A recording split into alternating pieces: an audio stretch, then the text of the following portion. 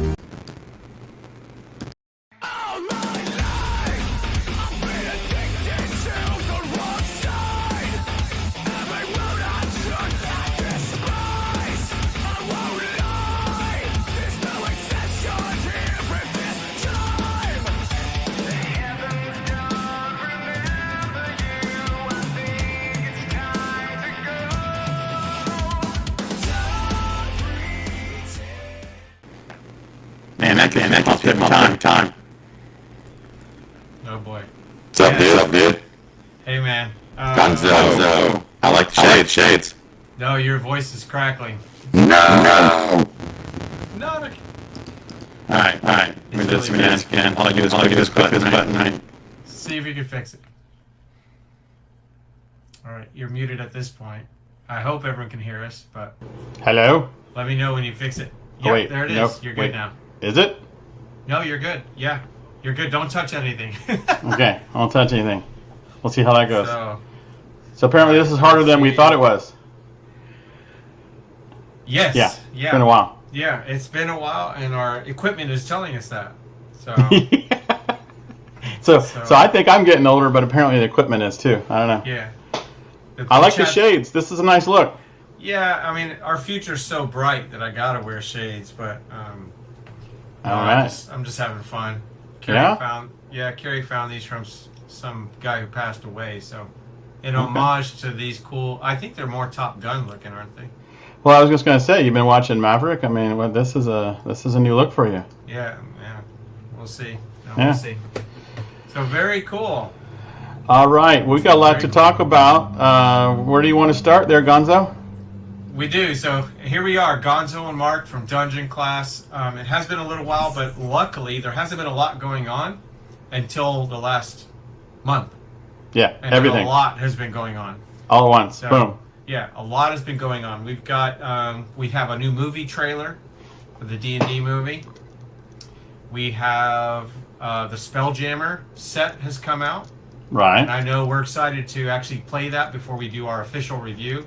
You know, there's a lot of, every channel has their review of what they think about it, but they just read it, I know it hasn't been played that much yet, so I felt like we should play it first and then give a review of what we'd like to see better or what we liked about it. So, Hey, that's fair. and then probably the thing that's on most people's minds right now, and is definitely all the chatter, is the new Unearthed Arcana, which is the playtest material that they want us to try to take and give feedback. Let me see. Oh, yeah. This is my Beats headphones are coming apart. Oh, cool. Oh, here, I'll show the camera. Oh, yeah. So, if someone wants to get me something for my birthday in October, I need some new headphones because they're falling apart. But anyway, so the new Unearthed Arcana, which is the playtest for the next D&D or D&D 1 or 1 D&D, which is what Jeremy Crawford's trying to get us to call it. But in all honesty, it is the next edition. That's why my name says Gonzo, the next edition. Yeah, okay. Because it's the next edition. Anytime you go from this to having to get another player's handbook.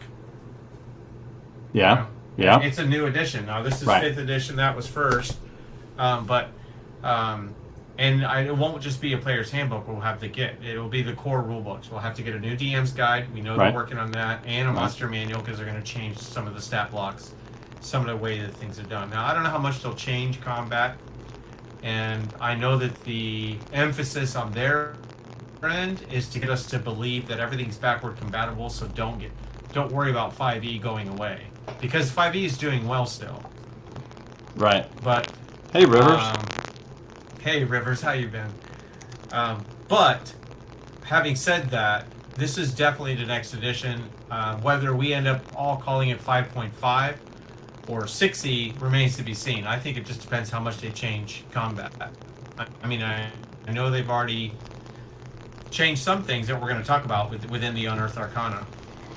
So you're saying that if you're buying new books, that's the mark of getting a new edition? If you're buying new core books, yes. Yeah. Now, if they just do a compilation where they say, yeah, this is still 5th edition, but we're compiling everything that's coming that's split up in all the other books, like a monster manual that has everything, right? Which would be a really big book. Or a Dungeon Master's book that includes ship-to-ship combat, which was found in the Ghost of Saltmarsh, right? Right. So if you don't have the Ghost of Saltmarsh, you don't know how to do that. That's one of the complaints of Spelljammer, is they didn't put that in there. Right. But for what I've heard. So, yeah. No, I agree. I think, you know, we were talking about this earlier, you know, the kids call this gaslighting a little bit, and I think there might be a little bit of that going on, and also a little bit of salesmanship saying that, oh, well, this isn't the next edition, this is, but if you start changing, I think what's going to happen is you're going to have a little bit of changes with character creation, a little bit of changes with combat, a little bit of change here, and a little bit of change. Still crackling, huh? What the heck? Yeah, you're still crackling. I don't know why it goes away. Try it again. Come on back. You're muted. So you could tell we haven't been live for a while. Our equipment is definitely failing on us, but we'll get it figured out. We like to do these videos live because you, the chat, can be part of these videos. We're actually going to let these videos stay on our channel as content videos. There are so many channels making great content videos that we feel like, I know Mark's working on it. He's frozen. I don't even know if he can see us. He may have to come back in. Mark, you are mic off and picture frozen. But you're right, Mark Dikorsky, welcome to the chat today. They are making new books. So in my mind, and it's not a big deal. Like I don't know how many people really care. It's not a big deal, but in my mind, it's the next edition. So, all right, there's Mark. Let's see how he sounds. Nope, you're still muted. Can't hear you. I swear we'll get this worked out. So I know Rivers, this is funny. Rivers, I'm so good to see you. It's good you're in here with us today. We like I said, I know we haven't been on here in a little while, but we'll get to the UA. We're gonna go through it together. There he is. There you are. But that's the crackly. Okay. How about now? Good so far. Okay, don't touch anything. Don't breathe. Give me a whiteboard. I'm good. Turn it down. All right. Yeah, turn it down a little bit. Okay, yeah, you're good. All right. So anyway, as I was saying, just to finish up before we get right into it, is this new edition, and I'm going to keep calling it that because I don't know what else to call it, D&D 1, whatever. I feel like it's the next books that they're releasing, which they also told us what books are coming, the next 4 books for next year. And most of those, they keep saying it's going to be backward compatible, the next edition. I believe that's always been the case with adventures, and mostly of what they're releasing are like Planescape is one of them, right? Dragonlance. These are adventures and settings which you can fit into the next edition. So you'll watch the language in the next books, including in Spelljammer, where they kind of tie it to what's coming next. So, but you know, there are some changes, and let's get right to it. But let's look at the Unearthed Arcana. Now, I don't know if that's something you can bring up on screen. If you have to cover me up, that's fine. No, that's good for the audience. I can bring it up. We'll see what happens. All right, let's see. Okay, let's see what happens. All right. This is adventures. We're getting adventurous here. Yeah, let's try it. And if it doesn't work, All we'll right. just talk about it. Here we go. Ooh, we're both small perfect. now. No, that's perfect. That's all right. Yeah. That'd probably be better if we're not even seen. Yeah, that may get more views in here. All right, so what we're looking at, Gonzo, this is the character creation stuff. This is all they've released so far, right? That's right. That's all we have. 22 pages or whatever it is. So yeah, at the top, they start off with, telling you what you're going to find within this. And let's go right down to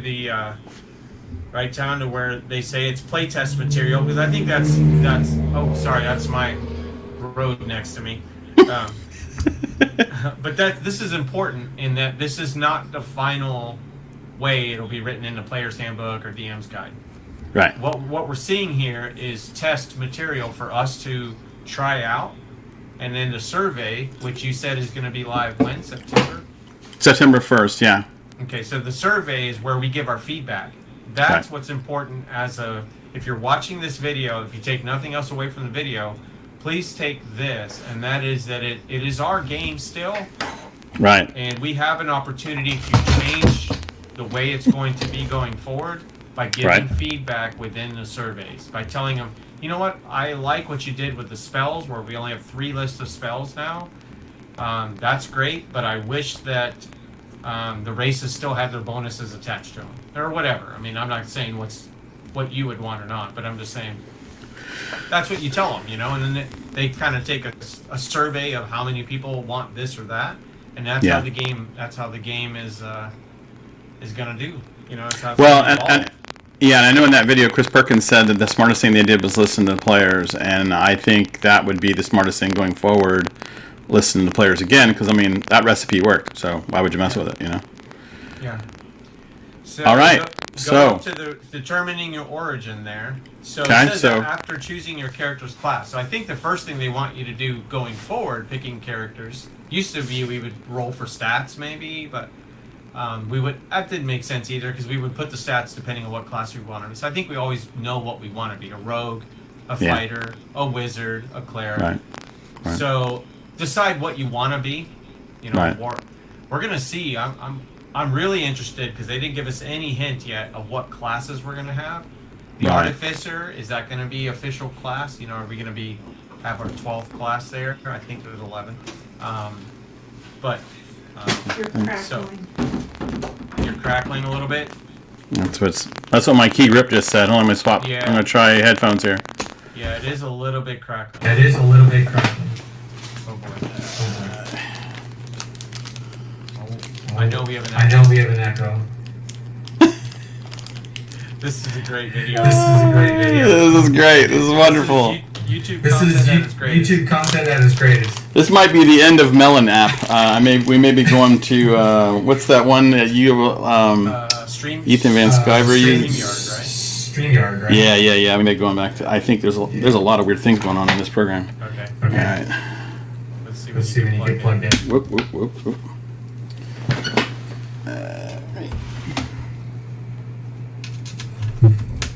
I can't imagine this issue, but there it is. Okay, you're good. Okay, for now. All right. So, all right. Classes. First of all, everyone in the chat, we love you guys. Thanks for being here with us, and thanks for hanging out. And please let us know your thoughts on the Unearthed Arcana as we go through it. This is your video as well as ours that we're creating. So let's look at it together. I know you've already heard this ad nauseum from all the channels, but we wanted to give our honest take on what we see too, and your take. So if you have something, just type it in the chat if you have an idea. So looking at that, they're saying after you pick a class, go ahead and choose your character's origin, you know, race, a background, and a language. So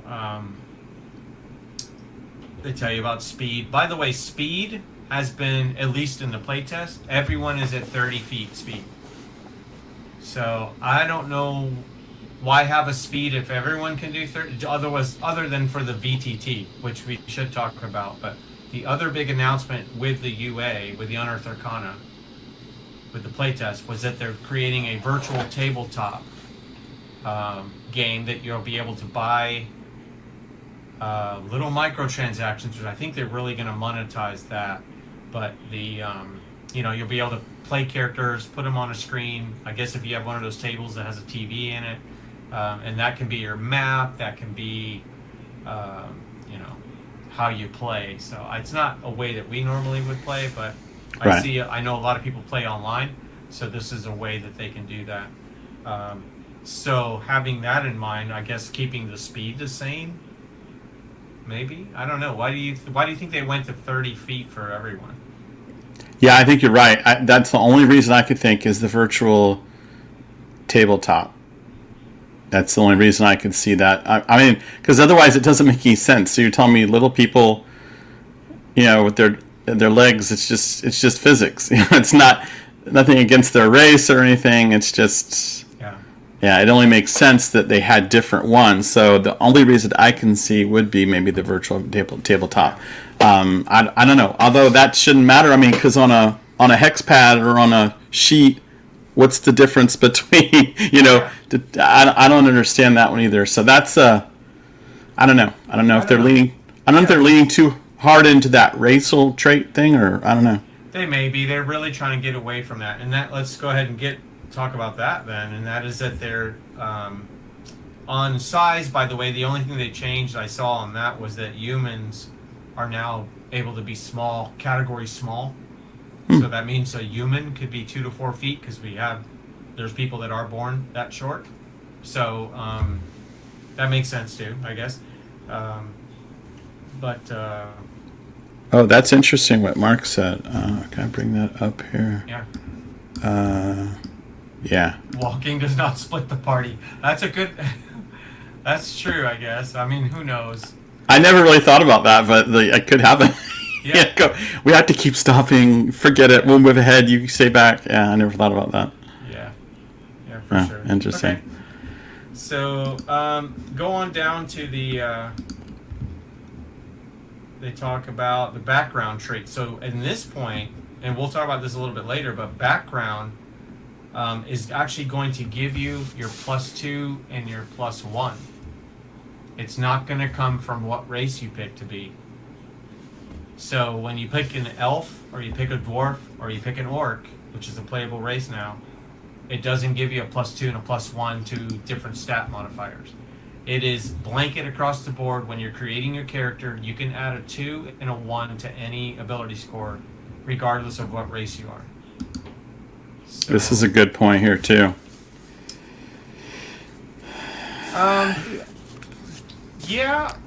Yeah, I think in some ways. Now, they are still giving flavor, I would say, to each race. Let's go through that. Let's go to character races, the next thing over, or next thing down.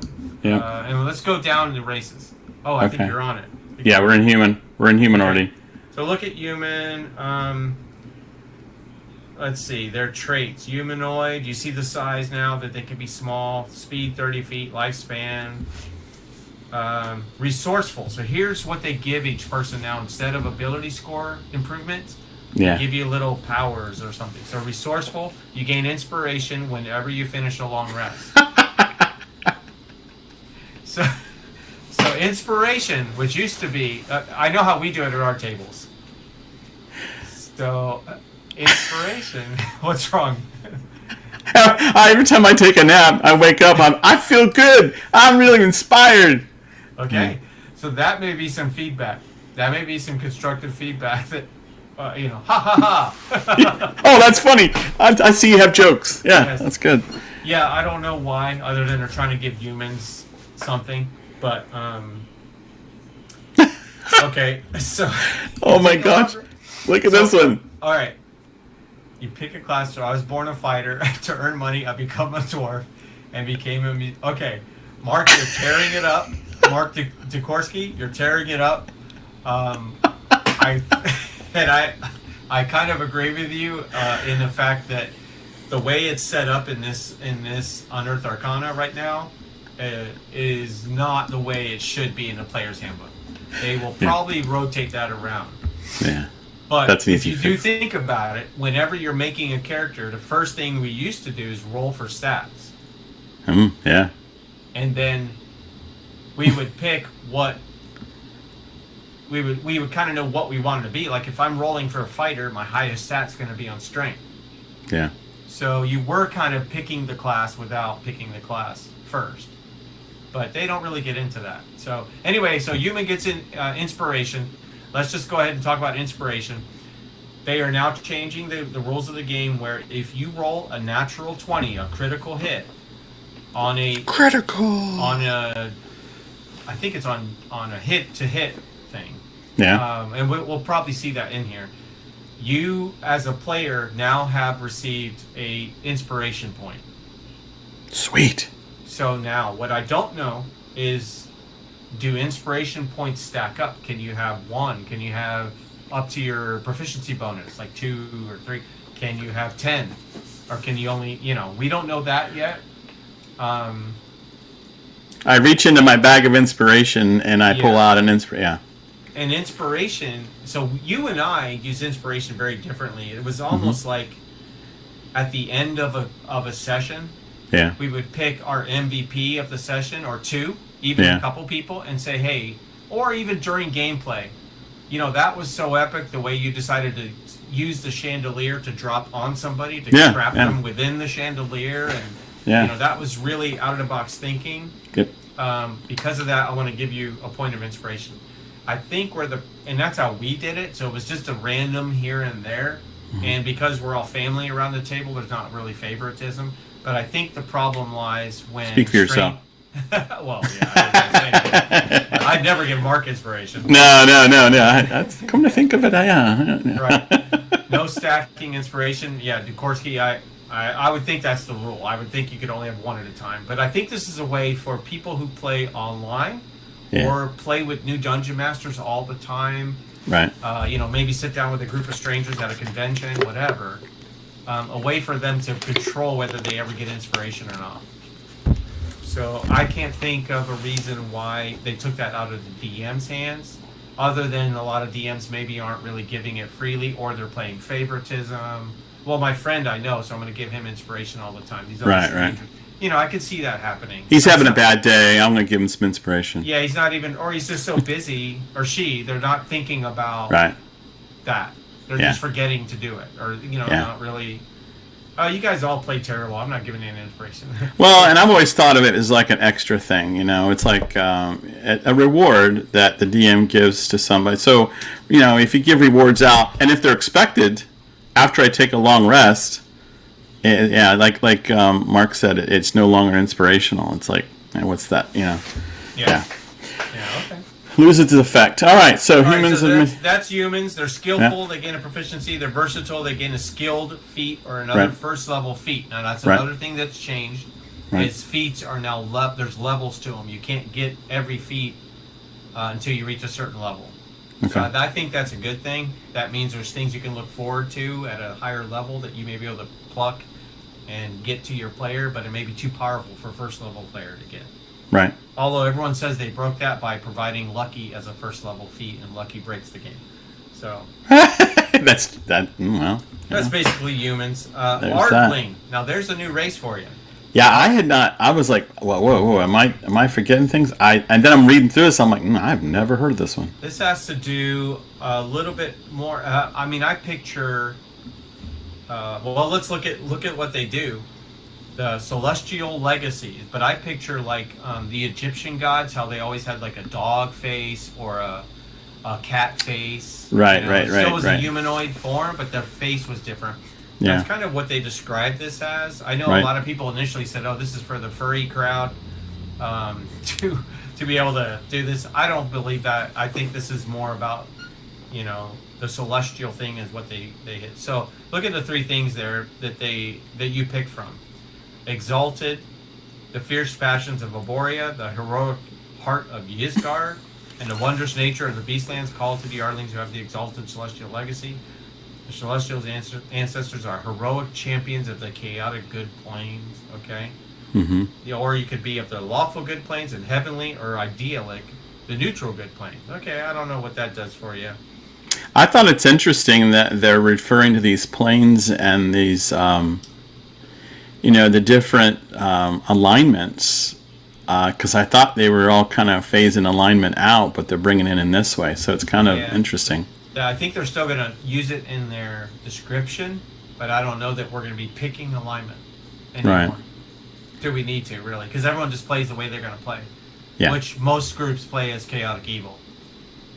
All right. Yeah, if you're not there at first, you end up there, maybe. Yeah. Yeah. I mean, how many cities do your parties go into without stealing stuff or burning something down? So, anyway, Mark's. Oh, what's that? No, Mark's got a good point here. Yeah. Why would they put that in a core book? Well, you're right. It could be with the Planescape book that's coming out later next year. That could be introduced there. So this brings the question, and we and I talked about this. Are they going to aggregate all the races that we've seen in Unearthed Arcana and all that so far that are official canon? Are they going to aggregate that in one big book? That's going to make that book a lot bigger. I hope they do. Yeah. I mean, I want one book to open up and all the races, and don't 3 months later come out with another book and add 3 more races. Just we have enough. You could be a turtle, you could be an elephant, you could be a hippo now, you could be I know. anything. You could be a plasmoid, you could be an ooze. Oh yeah. The Plasmoid in Spelljammer. Yeah. You could be a Thri-kreen. So put all the races that you can be, unless they're campaign specific, which they don't want that. They want you to be able to travel through the planes in the Astral Sea and be able to go wherever. Go into Curse of Strahd, into a horror theme, and then bop out and go to Dragonland. I think that's what they're leaning towards, but we'll see. But that's a very good question. So if you look at the creature type, they're humanoid. They could be small or medium. But look at their main. They have this special trait, and that is that they can fly. Bonus action: you sprout spectral wings for a moment and fly up to a number of feet equal to your speed. That's 30 feet. Yeah, if you're in the air at the end of this movement, you fall if nothing is holding you aloft. I wonder if that's 30 feet forward or backward or up or whatever. I mean, I'm not a fan of this myself, but okay. All right. That's anytime you bring flying in, I'm a little bit leery of that one. That's a whole nother. Yeah, I know that does break a lot of traps and stuff, right? Yep. Celestial Legacies, that's just talking about what you would look like. So Exalted, Cat, Eagle, Goat, Mule. Right. Okay. But what it does do, this is what I didn't realize until we just read down here, it gives you a spell at 1st, 3rd, and 5th level. Yeah. So when you pick if you're Exalted, Heavenly, or Idyllic, you can get Guidance, Healing Word, and Animal Messenger. Okay. And you can look like a bear, dog, raven, or toad. All those are suggested, which means you can look like whatever you want because your DM's going to say yes. Right. So. Right. All right. And if he does it, it's in the rule book. Yes. Yeah. Yep. Damage resistance. Okay, and that's it for Ardlings. We won't spend too much time on them because I'm sure we'll be hitting them up more when they come. Right. Dragonborn. We know Dragonborn. I didn't see a lot changed in Dragonborn. No, their breath damage is a little more powerful, I believe. We have a Dragonborn Barbarian that I wish was in the chat with us because he knows his character really well. Yeah, a little bit. But it's still acid, lightning, fire, damage, cold. Breath weapon. Let's see. 1d10 plus your character level. I thought it was a d6 before. I don't remember, and the chat can tell me if you remember. Fly up, flight ends, fall 30 feet. Yep, that's what it shows. That's what it shows. So you're right. I don't think it was that powerful. You're right. I don't think it was 1d10. So I think they upped that a little bit for them. They gave them damage resistance to whatever type of dragon you are. That makes sense. Dark vision, which almost everybody has dark vision. So, and you get draconic language. And then there's a thing about there's dragons of many worlds. Mm-hmm. Big deal. Okay, dwarf. So they did something with the dwarves. Do you I notice did. Yeah. There's not subspecies of dwarves. Right. No mountain, no hill. I did see that. And I also saw this thing called tremor sense, so they just gave a name to the idea of, I don't remember they had a name for being able to touch stone and knowing exactly what kind of stone that was or anything. Yeah, I think they did have tremor sense, but I thought... I didn't think it was a name, though. I didn't think they named it. Maybe not. But, so dark vision, dwarven resilience, advantage on saving throws you make to avoid or end the poison condition on your... Does dark vision really matter because everyone has it? I mean... If everyone's special, no one's special. We've been saying that. That's just so DMs can't use darkness to force someone to hold the torch. Gosh forbid. Odin forbid that we actually have realistic physics again where darkness matters, like in every single horror movie that we watch where it helps set the mood, right? Right. Yeah. No, I can see pretty good in dark. Okay. Yeah, half the party can see, and the ones that can't are like, I know what's going on. Yeah, we'll tell you what's going on. Yeah, we'll warn you. I know. All right, dwarven resilience. They're good against poison. They do get 1 hit point every time they gain a level. Mm-hmm. 1. So if you play till 10 levels, you may have 10 more hit points than the next guy. Okay, that's not that big. You have an affinity, like you said, to work with stone, and you get a tool proficiency and stone cutting as a bonus action, like you said, that tremor sense. Okay. Mm-hmm. So, but they did get rid of hill dwarves, the Duergar, mountain dwarves, which were +2 strength, +2 to constitution. They were the only +2/+2 mountain dwarves, super tough. They got rid of that. Okay. Right. Elf. Let's go to elf. They have lineages, Drow, High Elf, and Wood Elf, so they kept those. And their traits are Dark Vision, there you go. Yeah. Elven Lineage, which we were going to talk about. Fate Ancestry, you have advantage on saving throws you make to avoid or end in the Charmed condition, so it's harder to be charmed, that's good. Keen Senses, proficiency in the perception skill. And they still keep the Trance, which breaks any realism in setting a watch, because if you have one elf in the party, then they don't sleep, so they're always on watch. So you don't have to have a rotating group of people watching or resting, because everyone can sleep but the elf, because they don't have to. They're in trance. Yep. So. Yep.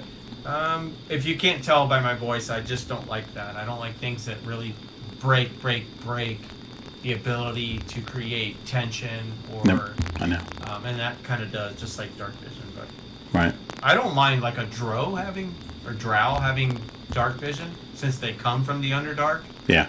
And, obviously anything that lives down there. Same thing with a Duergar or a sub-race of Duergar. Sure, yeah, if you're used to living in the dark, that makes sense. It doesn't make a whole lot of sense why you have dark vision if you've lived on the surface all this time, I agree. Yeah. All right, so there's that. Elves of Many Worlds, we know the Drow, we know the High Elves. And then, again, they get some spells, 1st level, 3rd level, and 5th level, depending on which elf you pick. Now, look at Wood Elf. Your speed increases to 35 feet. Okay, there you go. There you go. You get a little extra reach, all right? And Drow, your dark vision goes up to 120 feet. Okay, so you can see really well. And you get the dancing lights. Okay. So I like this. No matter your background or culture you come from, you get taught specific spells for no understandable reason. Yeah. At least Drow, they explain. You can't hear me? No, you're scratching. It's just like flip it on and off again. I don't know why I keep. Apparently, yeah. Sounds fine right now. Okay, How about now? You're good. I don't know why it just does that. Yeah, it's got to be the software at this point. All right. Okay. Yep. So go on down. We got Elves of Many Worlds. They explain what a Drow, a High Elf, and a Wood Elf is. That's pretty good. All right, gnomes. Gnome traits. 30 feet. They're 3 to 4 feet tall. They get dark vision. They get cunning. You have advantage on intelligence, wisdom, and charisma saving throws. That's pretty good to be able to roll 2 d20s. Anytime you're making... Oh, by the way, they're called checks now. I think it's going to be called tests. Anytime you're rolling a d20, it's a test. I saw that go by somewhere. Yeah, we'll probably get to it. It's probably in here. I did see that. Yeah, I did see tests go by. Yeah, but anyway, on saving throws. But intelligence, wisdom, and charisma, that's a lot of... As a dungeon master, you're always giving them reasons that they have to roll. So that's pretty cool for a gnome. And then you pick a lineage, forest gnome, rock gnome, and that gives you, again, a couple spells. Prestidigitation. They talk about creating a tiny clockwork device, such as a toy. Not much of anything there. Then explains about that. So let's go to halflings. What do you think? Look at the halfling traits. What do we got here? Brave. Manage on saving throws. Makes sense. And the frightened condition there's that test. Under luck. When you roll a 1 on d20 of a d20 test. Yeah. I wondered if test... Oh, they called it a d20 test. When I read this, I thought, this is a test material. They're testing this idea. But I think you're right. Of a d20 test. Yeah. Yeah. You can re-roll the die. You must use it. Okay, so it's got luck. Luck. So you basically can't ever have a critical fail. Which we like to use, you and I as dungeon masters like to use those critical fail tables because they're kind of fun. Yeah. Like you trip and break your sword, or you shoot the arrow, bounces off the wall and sticks in your friend's calf, or whatever. But Not if you're a halfling. Halfling gets, at least they get to re-roll. Now, if they roll it twice, it was destiny. If they roll one twice, you know. Right. Okay, and then they get that natural stealthy efficiency in the stealth skill. Okay. Yep. All right. Cool. Orcs. Are we gonna get the orcs? Oh. So not half orcs. Not half orcs. These are full-on orcs. No half orcs. Nope. No half orcs. No half races. No half elves. Only halflings. Only halflings, which is okay. If you don't, if you're watching this video and you don't know why they call them halflings, they used to be called hobbits. That's right. It was completely stolen from Tolkien. Whoops. Tolkien said, "TSR, I don't want you to have our name of hobbits," and they're like, "Okay, we'll call them something else." So that came up with halflings. All right, orc traits. Adrenaline rush. You can take the dash action as a bonus action. When you do so, you gain a number of temporary hit points equal to your proficiency bonus. So even at first level, you get a couple extra hit points, and you can use this trait, the same thing, as many times as your proficiency bonus. And you regain all uses when you finish a long rest. They did change things more to long rest instead of short rest. Some things were given that short rest before. I think they're pushing more towards, you really need to take care of yourself, which I like. That makes it a little more grittier. Right. I agree. No, I agree. Because short rest is like nothing. Right. Dark vision. Well, there we go. That's good. Sure. Yeah. Might as well. And powerful build. I think that's kind of... That's for weight. If you are one that keeps track of encumbrance, then that would be a big deal. Yeah. A lot of us don't. Right. Other than what makes too much, if it doesn't make sense, you can't carry a wagon full of gold with you. But they've had this before, relentless endurance. Is that what it was called before? I don't think so. But either way, it was Stone's endurance. That's just... I think that's what it was called, Stone's endurance. But it's the same principle. Pretty nice trait. You can choose to go down just one hit point, so you're, that rocky kind of pick yourself up off the mat kind of situation, So Rivers has a point about long rest. He feels it's too powerful in his humble opinion. I understand why it's there. When you use all your stuff, it's either... Let's say you're doing a dungeon delve, and your goal is to save the princess that's at the bottom of the dungeon. And your third level characters have kind of used up all their resources. Now, that's kind of part of the game. But your only recourse, if you don't have the long rest ability or something, is to leave the dungeon. Yeah. And literally say, well, we got to go and heal, like you would in a video game almost, or something. Like, in a video game, at least they have potions everywhere you pick up and just drink or whatever. But if the spellcasters have no more spells to cast and they haven't even gotten through halfway through the dungeon, that's bad resource management. Like they weren't just using their daggers when they should have, instead of using their bane spells in the first encounter.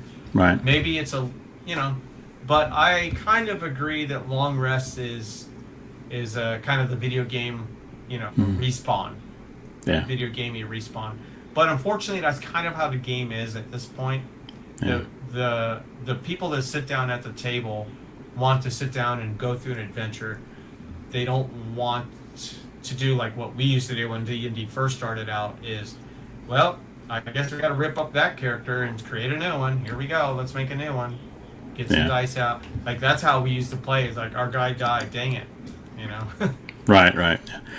Yeah, what Rivers is talking about, I've seen people do grittier long rest is like short rest was like a day or something, and long rest was like 3 days or something. So now you can change it as a dungeon master anyway. You can make it as gritty as you want. So really, this is just the core rules that they suggest, but you could change it. And if I was running a Dark Sun campaign, I would definitely make it where it takes 3 days to rest. Just the heat and the amount of resources around you and whatever. Yeah, I would definitely go grittier on that. Right. But anyway, orcs. So relentless endurance, and how about tiefling, Mark? What they do with that? I really like tiefling here because I kind of remember there being something about them having different versions of it, but I don't remember it being like this, where they have this abyssal, chthonic, and infernal. Okay. And I love that they've attached them to different planes, like the Heartless Entropy of the Abyss is the Abyssal. And then what's really cool, I think, is that they might have horns, fur, tusks, black blood, and peculiar odors, physical features. I love this flavor text for these. That's really kind of it makes me want to play a tiefling more. I'm like, well, that's kind of cool. And this chthonic, which I know I'm saying that wrong, but Fiendish Legacy. It says Underworld Gloom of the Hades. I love this. They some possess the unearthly beauty of an incubus or a succubus. So I'm like, interesting. Yeah. So you can have a little interesting female character there, that more succubus or incubus. And then Infernal. That one is derived from Acheron and the Diabolical Nine Hells. So they might have horns, spines, tails, golden eyes, a faint odor of sulfur. Cool. So those are that to me. This gives a little bit of flavor to and that seems to be the only one I saw that really had that flavor text. I think to it, which cool. was neat. Yeah, and obviously the tiefling, that's Hellboy. Yeah, an infernal tiefling would be like Hellboy. Yeah. So you could play that's pretty cool. A lifespan 100 years. Dark vision, that's a good thing. Yeah. I was afraid for a second they wouldn't get dark vision. So there you go with the Fiendish Legacy. Yeah. Recipient that grants you supernatural abilities. So you look under that chart there. Right. Look at that cool stuff. Yeah. Resistance to poison. And a poison spray cantrip. Wow. Yeah, this to me, I look at this and I'm like, it leans even more heavily, I feel like, into Warlock. Tiefling and Warlock go together like, peanut butter and jelly. Because you've got this, they're already tied to a plane. Yeah, they're already tied to a plane. Now all you need is your patron, and then you're good to go. So it's just a patron probably from those. It would make sense that patron comes from one of those realms that you're from. So yeah, to me, it's almost like, I know it leans really heavy into Warlock. Yeah. Okay. Cool.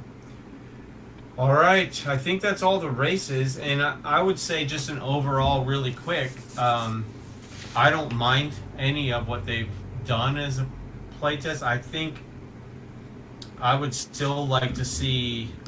Again, they better have all of them in the next player's handbook. Mm-hmm. Because you could be a turtle. What do they call the turtle one? The turtle. You could be a turtle or the plasmoid from the Spelljammer or whatever. Why not just put them all in the player's handbook? I wonder if they're saying, well, we'll let those be for campaign specific. And that makes some sense to me. Like, if you're in the Curse of Strahd, maybe you could be a lycanthrope. Yeah, I have mixed feelings on that. I mean, it is a business. They are going to want to sell books, and they do need to have something in those books. So I can get why they would kind of hold back some of those and not put them all in one book. So I mean, I would love to have that because I don't have to go rifling through all those different books. But at the same time, we've talked about this. This hobby is super cheap as far as hobbies goes. Mm-hmm. Buying another book is not the end of the world. So I don't think that's bad. So are we ready to move into backgrounds yet? Yeah, let's go to backgrounds. Well, because Mark's got a good point here. So backgrounds, yeah. They don't really, the idea is really not to go ahead and just choose one of these cookie cutter ones, preferably. And I kind of, samples? Yeah, they have, yeah, I mean, they have them. Right. But I really like the idea being that you build your own background. That's good for player development. That's good for building a player that you're going to want to own, that you own that, versus I just got it out of a handbook kind of feel. Yeah. So I like that a lot. So for quick play, pick one of the sample ones. Sure. And be an acolyte or a criminal or whatever. But people that have never played have no idea what they want for their background, and so these are fine. There's nothing wrong with these, great. but yeah, they're great. Yeah. And this is where you're going to get your +2 and your +1. Yeah. So, which, I mean, it doesn't really matter. Just pick a background and then add 2 to 1 on any, on any of your ability scores. Right. That's what they do. Looks like on all of these. Yeah. Cultist. I like that one. Right. I remember Charlatan. A lot of these I've seen before. I'm trying to see what they've. Notice how they've tied. Do they always tie? They haven't tied languages to backgrounds that I remember.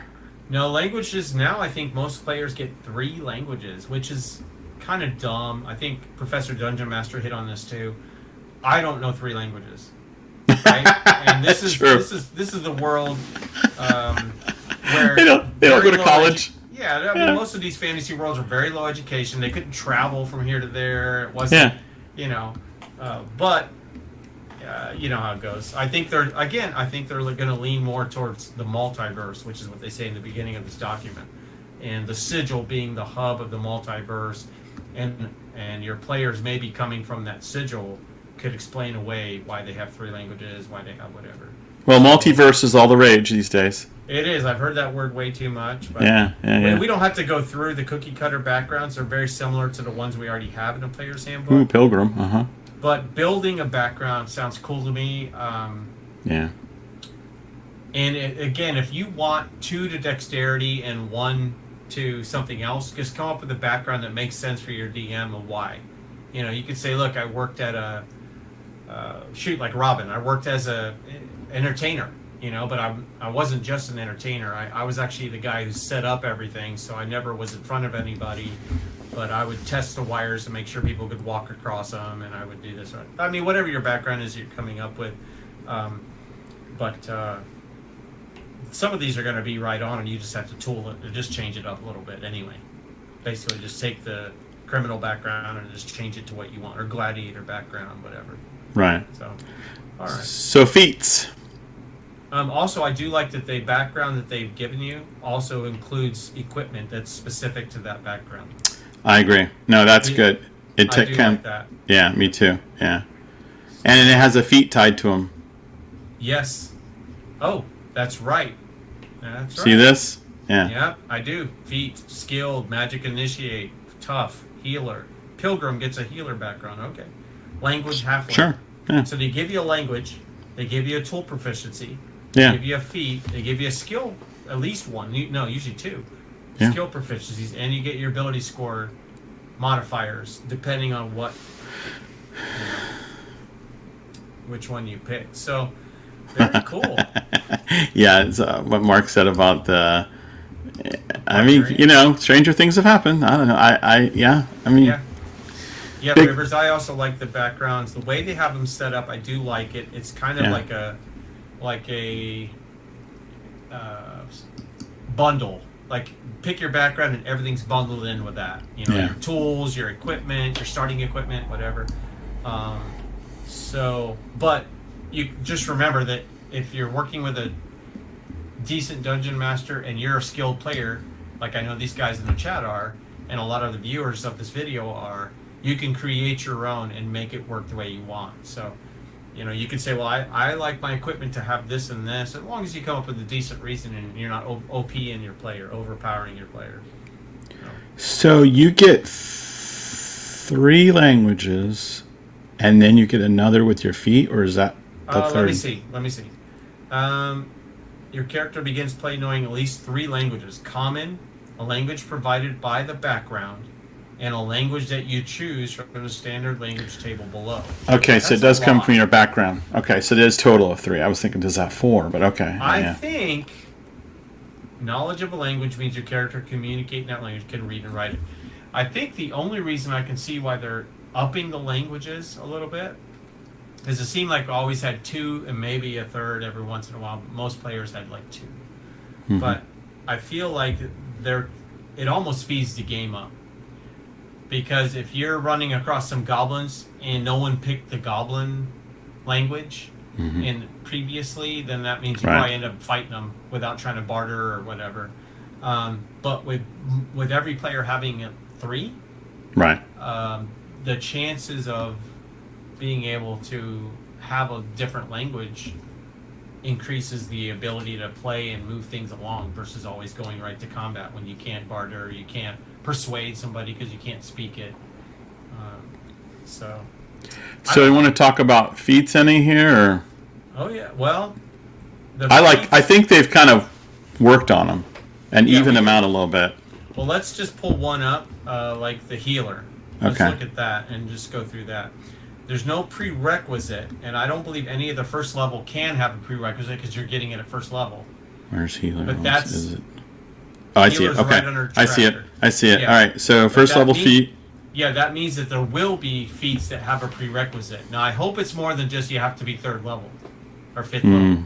I hope it's you have to be 5th level and a 14 in this ability score. That would Right. really help players make decisions when they do get ability score upgrades and stuff. But Yeah. we'll see. We'll see. Right. So looking at the healer, repeatable, no. You have training and intuition to administer first aid and others' care effectively, granting you the following benefits. Battle medic. If you have a healer's kit, you can expend 1 use of it and tend to a creature within 5 feet of you as an action. That creature can expend 1 of its hit dice, and you then roll that die. The creature regains the number of hit points equal. So it's like a quick little heal. Mm-hmm. And then healing re-rolls whenever you roll a die to determine the number of hit points you restore with a spell, or with this feat's battle medic benefit, you can re-roll the die if it's a 1. So you always get more than 1. Go. I'll save you. Oh, you got 1 hit point. Unless you roll 1 again, and then again, that's... Yeah. So, okay, so these feats are, other than the lucky feat, which everyone Hates who it. has it has experienced it, it's pretty broken. But other than that, I think this would be kind of cool. I am excited to see what other feats they have and what are the prerequisites for those. Right. Tavern Brawl. Yeah, I feel like feats were always like 3 of them were pretty good. The rest of them were just horrible, and no one wanted them. You know, so it looks like they put a little work some in of there. the same feats over and over. Yeah. So in here below this is the rules glossary. Yeah. So we see some things about arcane spells, which is nothing outrageous. Yeah, so you did see they changed the spells. Instead of saying a warlock spell list, a cleric spell list. Right. They just said, they just made 3 categories of spells. Primal, where is it? It's right down here. I'll look for it. Arcane, Divine, and Primal. Okay. So if you're a ranger, you'll be picking from the Primal, or a druid. If it's Divine, cleric or a paladin will probably be picking from Divine, and then every other mage caster, wizard will be picking from the arcane list. So I'm not sure about that one. I'd have to see those spells to... yeah, it's at the very end of the document here, but all the spells. D20 test, Mark. That one's a biggie. Why don't you cover that for us? So, as we mentioned, the term D20, it says encompasses 3 main D rolls. So, this is what they're calling it. It's ability checks, attack rolls, and saving throws. So, I probably, because maybe it's the 3 different things we had for it, where maybe it's confusing for some people. But we just say anytime you roll a D20 test. I'm not sure if that makes it more or less complicated. Honestly. Oh, let's do a D20 test to see if you hit. A D20 test to see if you had an attack roll, your what your damage was. So it was a D20 test to see if you save.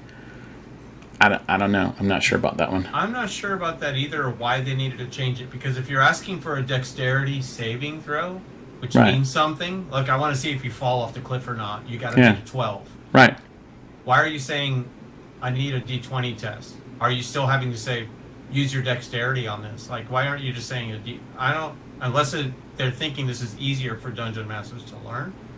But yeah, I feel like that fixes something that need fixing.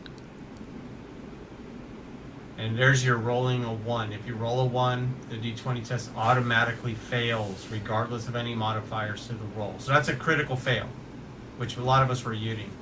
Oh, good, we have spam. Yeah, I'm working on it. All right. Well, we appreciate all viewers of Dungeon Class. Don't forget to hit the like and follow on your way out, 69mega.com. I think they're gone now. Okay, I think, yeah. All right, so... yeah, I don't know. I don't feel like that needed it. I don't. That might make things worse. I don't know. I'm with you. Yeah, I don't quite. I want to see it I want to see it in its entirety of why they're doing that. So I think that's a wait and see. But as of now, I would be like, why? Rolling a 20. Obviously, if you succeed, regardless of any modifiers of any roll, you succeed. Now, success can still be determined by the dungeon master, and this is in our chat. Mark points out a strength 8 wizard can bash open a chained and locked door on a 20. Yes, that means we're big, Mark. Yeah, I know. Yeah. Okay, so what I would say is, if it doesn't make a lot of sense that the wizard broke it and the barbarian hit it 4 times and can't break it,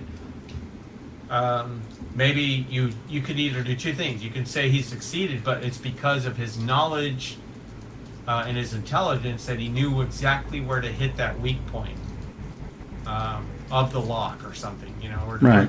he saw that the hinge was loose, and so he wanted to show off. Or I mean, you can word it in a way where it still uses the wizard's intelligence, or you can just say, yeah, he ate his Wheaties this morning and he's ready to go.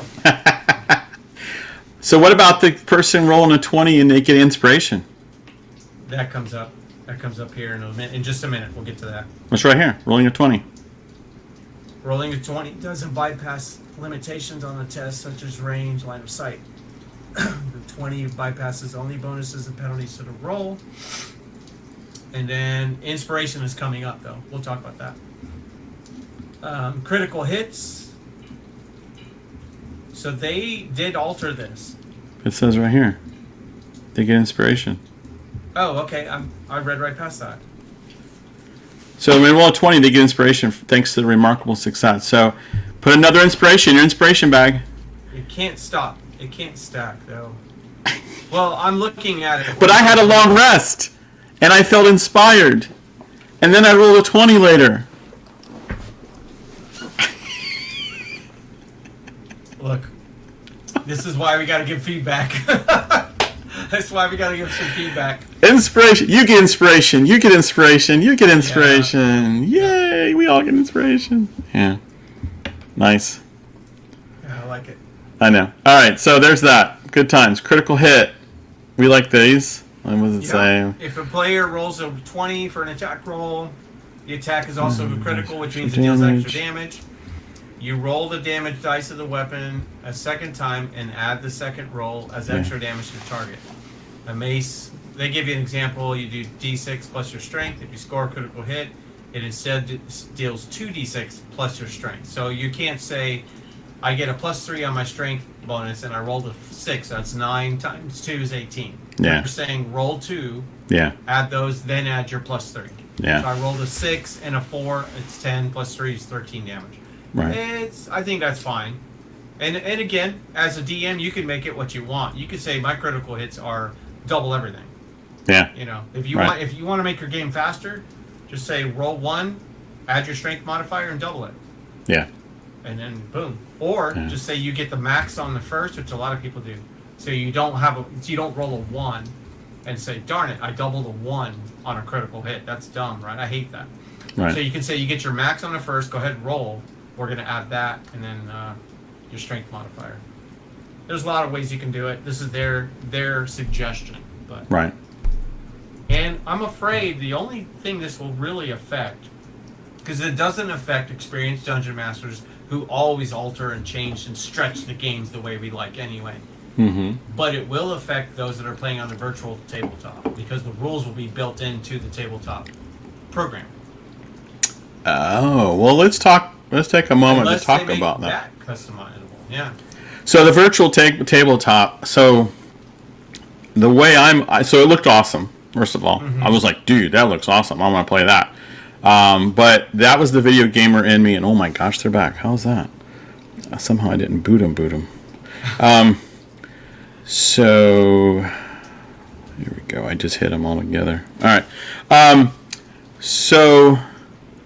It looked really awesome, but that was the gamer in me, and I was like, I want to play that video game, but I only see 2 uses for that, really. So, like, if you've got the setup where you've got the TV built into your gaming table, now that's in place of your battle mat, and I think that's a kind of a cool setup, but I don't know. We don't have that yet, Gonzo, so that doesn't help me so much. And then if I'm playing online with people, like, you know, instead of doing Fantasy Grounds or Roll20, then I'm using D&D Beyond to connect with my friends and use the virtual tabletop, which is going to be a moneymaker for sure, because they're going to, like you mentioned, microtransactions. Yeah. I'm sure to buy those figures and customize them, it's going to be a price. So I can see that, but I think to me that's a limited market, is the way I see it. I don't know. What do you think? What do you think? No, I agree. Yeah. I think you're right. That VTT, they call it, the virtual tabletop, which is our Right. other big announcement, Right. is going to be a good moneymaker for them, because who Sure. doesn't want to have their virtual character yeah. created and be able Yeah. to customize it and change what they're wearing and mix their races and all that. So. Right. All right, there's some other things, but nothing really major. They talk about divine spells. Right. They talk about gaming sets. Yay. Okay, big deal. Grapple. We use those all the time. Yeah. While Grapple. you are grappled, you experience the following effects. Your speed is 0. Okay. And you have disadvantage on attack. Okay. Yeah, I think that's very standard. The grappler can drag or carry you, but the grappler suffers the slow condition. It's a lot to keep track of. Escape. While grappled, you can make a dexterity or strength saving throw against the grapple's escape DC. Okay. Incapacitated. So they're kind of changing up some of the, maybe this is fixing something, but incapacitated condition. I'm not even going to talk about that. Inspiration. When you have inspiration, you can expend it to give yourself advantage on a D20 test. So we know that means attack, skill checks, anything like that. So saving throws. This was a good point that was made. I guess Mark made it, but Rivers mentioned it too. Monsters don't crit. No, I know that's in here somewhere because I've heard that. I just didn't read that. But So, yeah, we talked about. So I have a real problem with that when it comes to one big bad evil guy versus 5. He's already at a disadvantage because he's getting beat on 5 times, and that guy's only got 1 attack. He's got to make the best of it. So I'm not a big fan of that idea. I don't get why they nerf the monsters. They already nerfed the monsters quite a bit, I feel like. Yeah.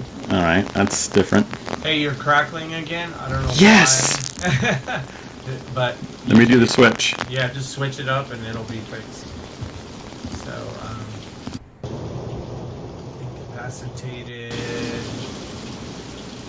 How about Can't now? speak. Hello? You're fine. You're fine.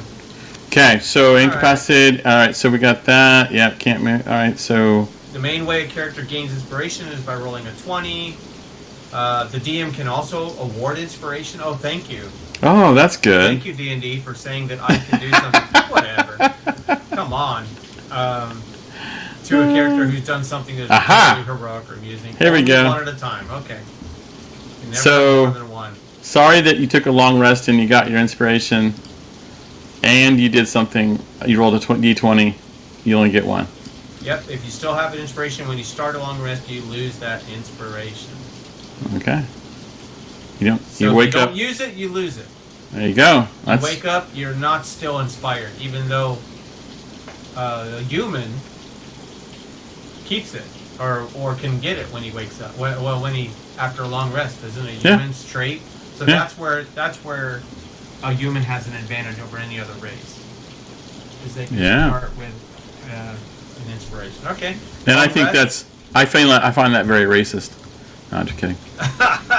A long rest is a period of extended downtime, at least 8 hours, during which creatures sleep for at least 6, and light activity for 2. That's the same. Okay. What I don't see is anything about a short rest. I wonder if they got rid of the short rest. I would love that, but I wonder. Let's see. Benefits of the rest. At the end of a long rest, he regains all their lost hit points. Wow. Get your leg cut off and it grows back. The creature also regains spent hit dice up to half of the creature's total number. Round down. Okay, a creature can't benefit from more than 1 long rest in a 24-hour period, and a creature must have at least 1 hit point at the start of the rest to gain its benefits. Okay. This is nice, interrupting the rest. This is where the dungeon master says, these guys aren't pulling this crap. Yeah. They're not camping outside of the dungeon and going back in. There's orc patrols all over the place, and one of them's definitely going to interrupt their long rest. And whether it's interrupted by combat or by 1 hour of walking, casting spells, or similar activity, the rest confers no benefit. Must be restarted.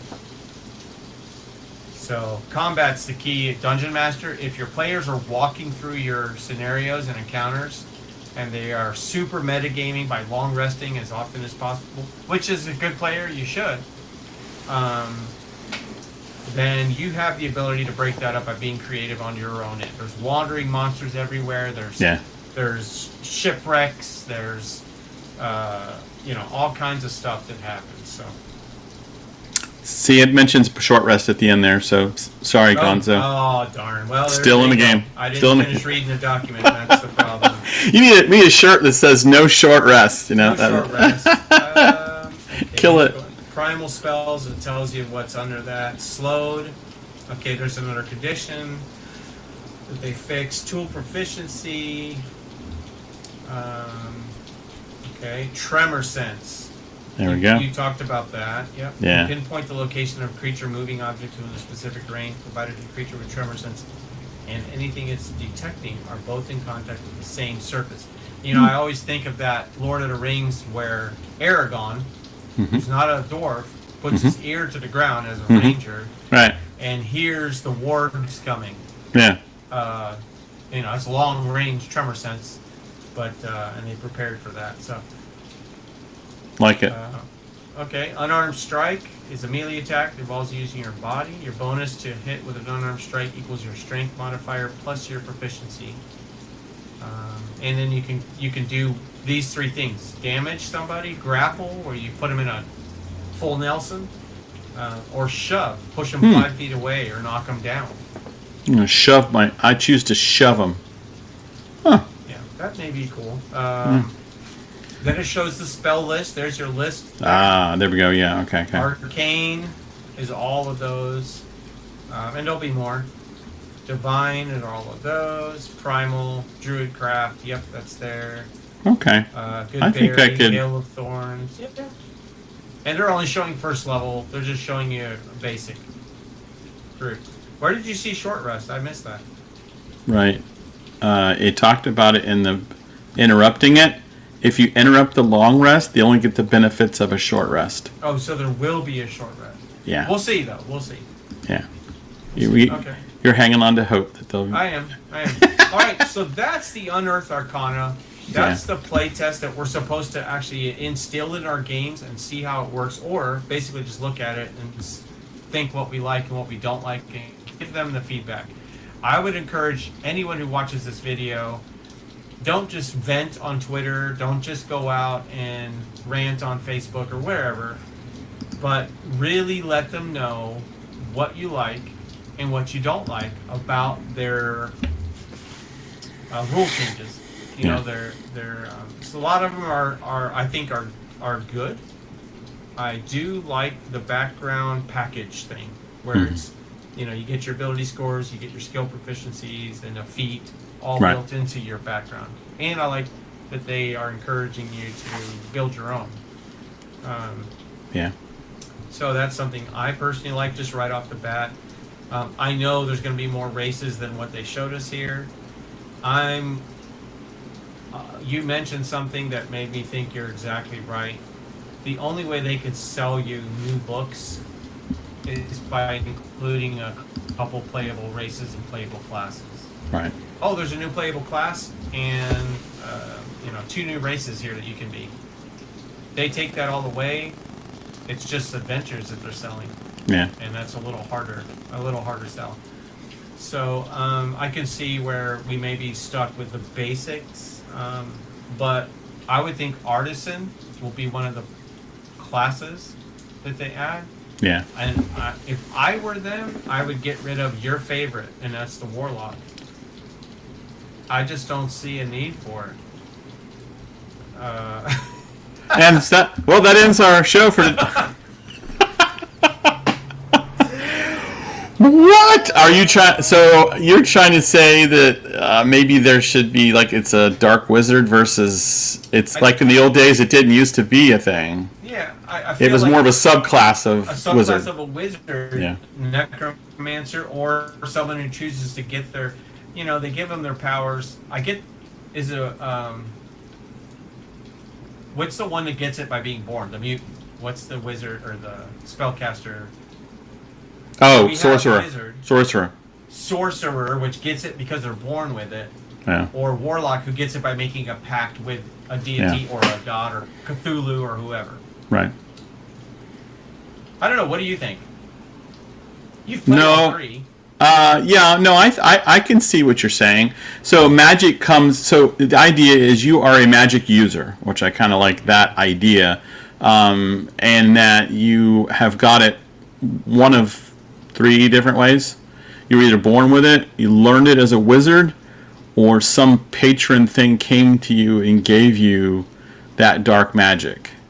So they're subclasses under wizard or magic user. That's why I kind of like the word magic user. I do too. Yeah. I know that's old school. Yeah. But yeah. That's that would simplify it, and then you've got your subclasses. Because I've never really been excited. To me, personally, sorcerer and wizard just seem too similar to me.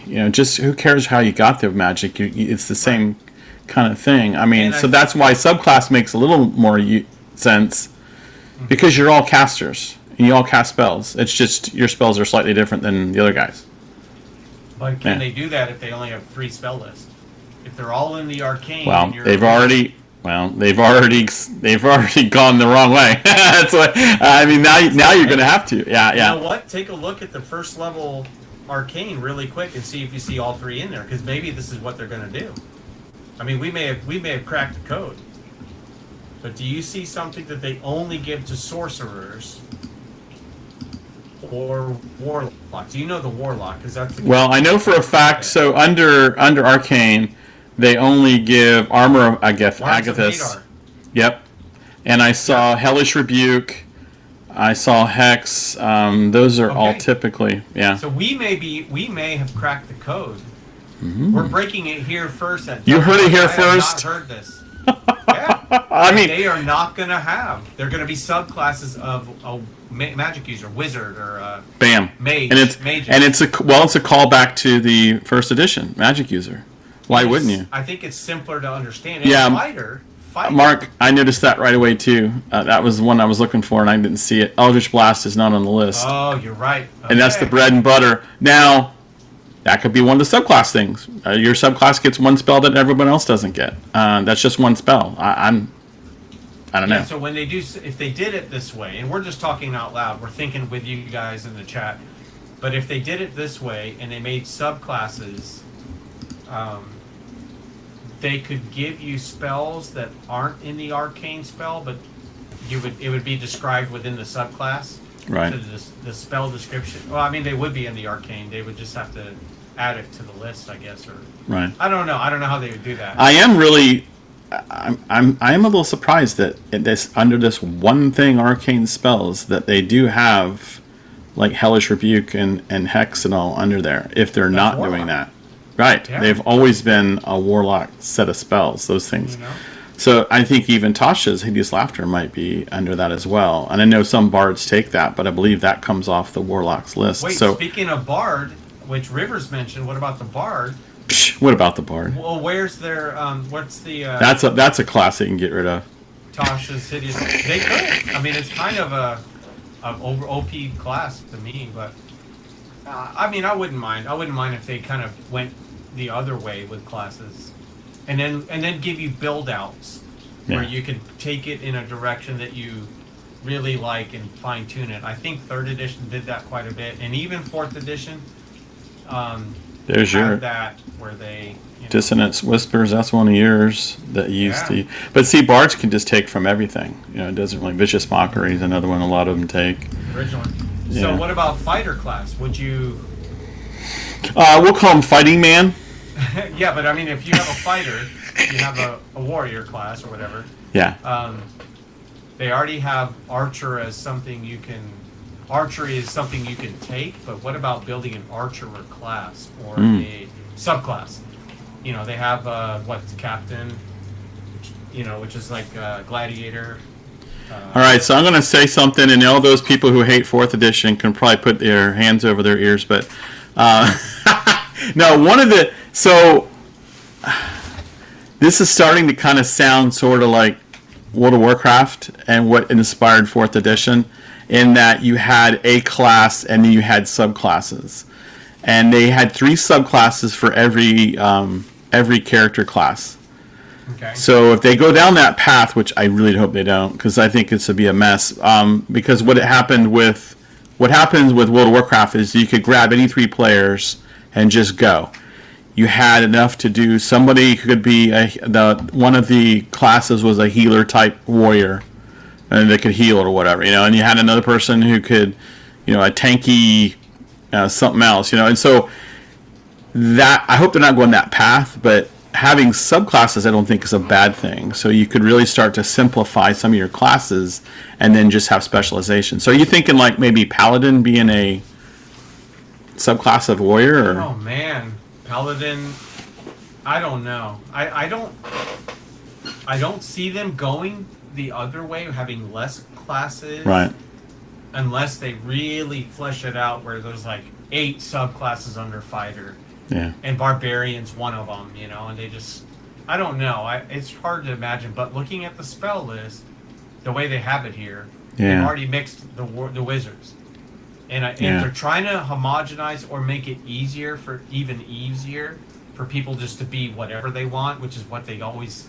That's the way our youth or our people are now. Is I want to be whatever I want. I want to be everything. Yeah. So I think if you want to have, I could see Jeremy Crawford doing this speech. If you're a wizard, but you want to have that Tasha's hideous laughter, there's nothing holding you back now. You pick that from the arcane list. Yeah. And if you're, I'm making fun, I'm just being silly, and if you're a cleric and you want to have, what's a ranger or a protection from evil good or something that he wouldn't have, like right, whatever. But I can see them doing that. Like they're just gonna here's a spell list and let your player pick, and you come up why the reason he has it. Well, if they did that, then they would have to have multiple subclasses that you would at least be able to fine-tune it in, I would think. Man, it's interesting, isn't it? It is. Yeah, it is. I don't know that I'm a fan of these 3 lists, everything coming from 3 lists. I will say it was a train wreck the way they had it before. Yes, I wasn't. Problem. Yeah, I was not a fan of that at all. Because you would have one spell on several lists. Yeah. And then you'd have another spell on several lists, but not that spell. And you as a player had to keep, you would look at your spell list, but I think they're definitely going to change spell casting. And also, I don't know why I heard this. I didn't read that, but I believe that spells do not crit. And do rogues sneak attack crit? And paladins divine smite. I don't think those things crit. I heard that on someone else's channel. I don't remember reading anything about that. Wow.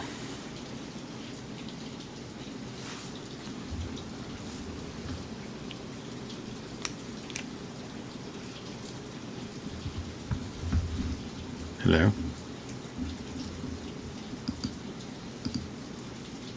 Hello. But we'll have to look more into that. Lost audio. Oh, yeah, we will. You're okay. Yeah. All right.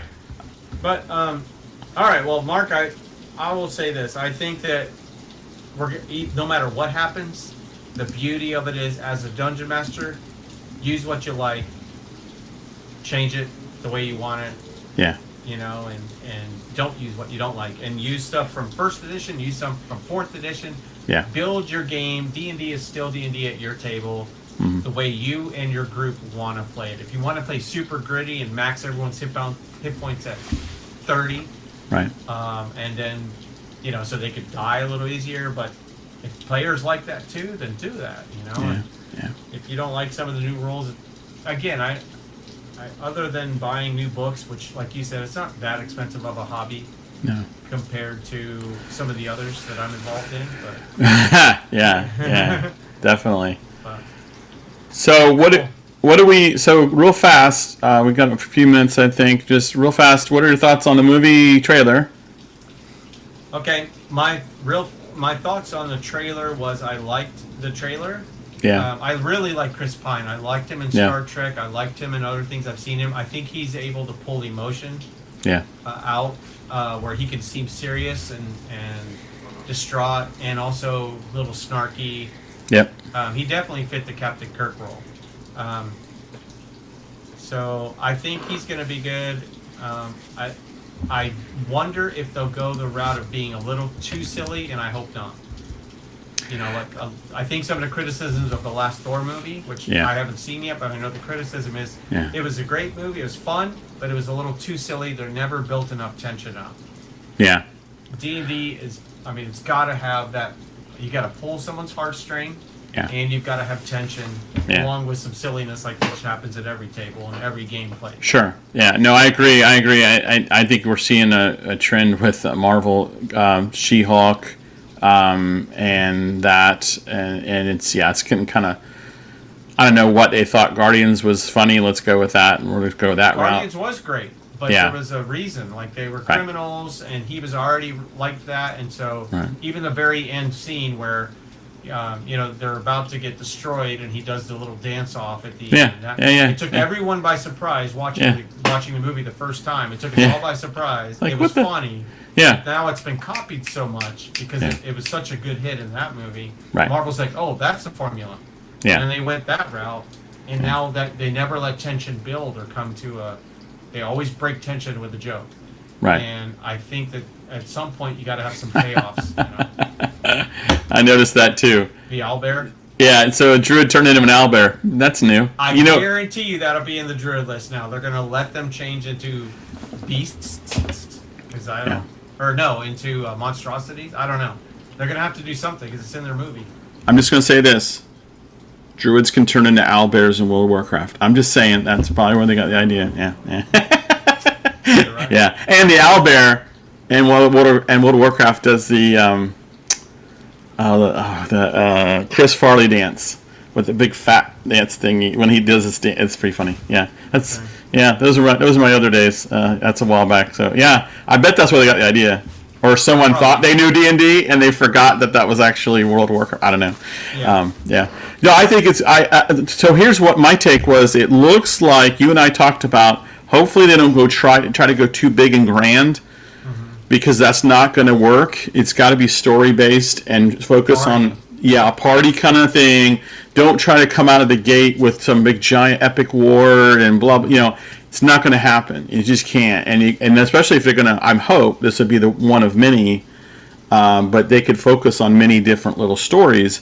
And then if you wanted to have one big, giant thing like, you know, if they, I don't think they're going to go this route. They don't have that kind of budget. But what happened with Avengers... building this thing all up to this big thing and Vecna comes or something is one big... Tiamat, right. Yeah, Tiamat, right. So, I mean, but you got to start small. You have to, like you said, people have to care about the characters. Yeah, they have to. Yeah, it has to be the thing. You know what show has mastered that is Stranger Things. Yes. Character-driven. It's all about the characters. The underworld or the upside down and everything that comes from that, we really don't care. We care about... the characters, how are they progressed? How are they dealing with being awkward teenagers? How are they dealing with romance for the first time? And like, character-driven is what matters in backgrounds, and that's what matters to players playing the game nowadays. It's all about the story being told and the background of their player. It's not about I just want to go in the dungeon and get loot. We've already done that in video games and for years. So I think if they hit that nail on the head, then it'll be decent. Yeah. So. All right, one last thing, Dragonlance. What do we want to see in the Dragonlance book? We see it's coming. You and I have been pretty excited. We've been hoping they do a Dragonlance, and here it's coming. Campaign setting Dragonlance. One of the main things that you and I both talked about that we really like is the Draconians and the way that they died. I think they've got to put this in the book. This race of Dragonoid human or Dragonoid villains, when they die, they've been cursed or created in a way where they have a variable effect of what happens depending on what they are, whether they explode and you take some d6 damage, or they turn into stone and your sword has a chance of getting stuck, or whatever it may be. Their death, they still get you when they die, or could get you. So I like that. I think one of the problems I have with Dragonlance is that when they originally came out in first edition with the modules or the adventure, you were basically just playing the books, being put into the books. Yeah. And so you kind of had to carry out the story of the book, and then all of us had read the books, right? But it was like a reenactment of that, and it was very railroady, like completely. Yeah, that would have to what be. you have to do. Right. So I think this will be more of an open world setting like we're used to now, with just some different things going on. Maybe the gods are walking the earth and need help, getting back to the heavens or something. Or maybe now Kender, that's what everyone's fearful. If Kender are allowed in the game, which they will be, they're the most annoying, flat out to DM because they're literally passively stealing nonstop from the characters around the table, from the party. Not just every place they go into. You go into a holy church to talk to the priest, and he's taking the chalice and whatever and putting it in his backpack. Well, That's gonna be a problem because whoever plays that Kender is going to do that. Well, we already have that in our games, though. We already have people stealing from each other. That's what I mean. I think that happens anyway. So now it's like an excuse for these kind of players to just go nuts. And as a DM, it's going to be hard to curtail. It just will, because it really does break the immersion in the game as players get mad at other players. Right. It's funny once, I reach for my axe. Oh, you don't have it. Where is it? Oh, you notice the point sticking out in the Kender's backpack. Yeah. Oh, crap. Now I got tackled and, Yeah. So, okay, that's funny once, but when it's continual, I agree. It's like, oh, man. Yeah, that will wear thin real fast. I think that they're going to have some lore kind of stuff for the Qualinesti and the Sylvanesti and the Knights of Solamnia, and some of that stuff's probably going to need to be some lore. And you and I were talking about this being like an adventure, but kind of like Rime of the Frost Maiden, right? Frost Maiden thing, whatever. Yeah. That had the adventure, but fleshed out a bunch of stuff around it, and I think that's probably what this is going to have to be, to flesh out some of the elements that make it Dragonlance and not Forgotten Realms, because this will take place on Krynn. So that's a whole different world. There's some differences. I don't know this will be before or after the Cataclysm. That's another decision. Don't know. So I'm looking forward to it, but I'm hoping it's going to be good. yeah, that's what we're doing with everything, isn't it? We're hoping it'll be good. I hope it'll be good. Yeah. Will it? Will it though? But as you say, at the end of the day, if it's not, we can fix it. We can tailor it. We can twist it. And that's the thing. No matter what they tell you, you can make it yours at your table. And honestly, I was talking to someone the other day. I'm like, on the one hand, it annoys us that Wizards puts out things that are not quite baked fully, and they have these gaps. But at the same time, it does build a robust third-party world out there where people can make things to fit those in, to fix the problems. And people can, like you and I, can talk about how they need to fix it, and there wouldn't be all this great content that we can talk about. So there is that. So if they were perfect and everything, no one would listen. You can't make everyone happy anyway, because you and I may like true. a certain style of play, a certain way things are done, but the next table over may be completely different anyway. So, I mean, again, it is what it is. I just, and when you have a YouTube channel or a Twitter or whatever, you can give your opinion. And that's all we're doing, is giving our opinion and the styles that we like, what we don't like, and our reasoning behind that. But I think it's a good time. I'm excited for what's coming. This year will go by quick. This next year, I'm not sure how many of those books I'll pick up that are coming out. Eventually I'll probably get Planescape and probably Dragonlance, and I wish I would have had that pulled up, the 4 books they announced, but we'll see. But Spelljammer, we will do a video coming up on Spelljammer, and I see that, and someone said that they've reviewed maybe it'd be better than Spelljammer. I've heard some mixed reviews on that, and so I don't want to give a review, and I know you don't either, Mark, until we've actually gone through the books a little bit and played it, at least played a session or two. So. Yep. We'll do that. We will. Yep, Mark. We will take the. We'll take it. We'll take the hit for you. and we will try it out, and we'll let you know. We'll try to be objective. But yeah, I honestly, I never played any Spelljammer back in the day, so this is all new to me. Yeah, me neither. Yeah. So this will be new to me. So that's kind of good because I don't know what it was. Right. So that's good. Nothing to compare it to. No. All right, Gonzo. Well, I think that's anything else you want to talk about? No. Chat. We're doing good. You have any more questions? Anything you want us to before we take off? I think they're good. Hopeful for spam. Yeah, I'm very hopeful for Spelljammer. I was very hopeful. Yeah, we were too. We'll see. We'll tell you our honest opinion, Rivers. I don't know if you have the set already. Again, I know there's been reviews and there's been some ups and downs, a lot of downs I've seen. But it seems that our culture also likes to review and complain about the negative and not focus on the positive. That's just the way things go. That makes better videos, content. That's our news culture, everything, So you got to make your own decision. The GIF was unable to get a gun. Yeah, the GIF is that hippopotamus-looking. Yeah.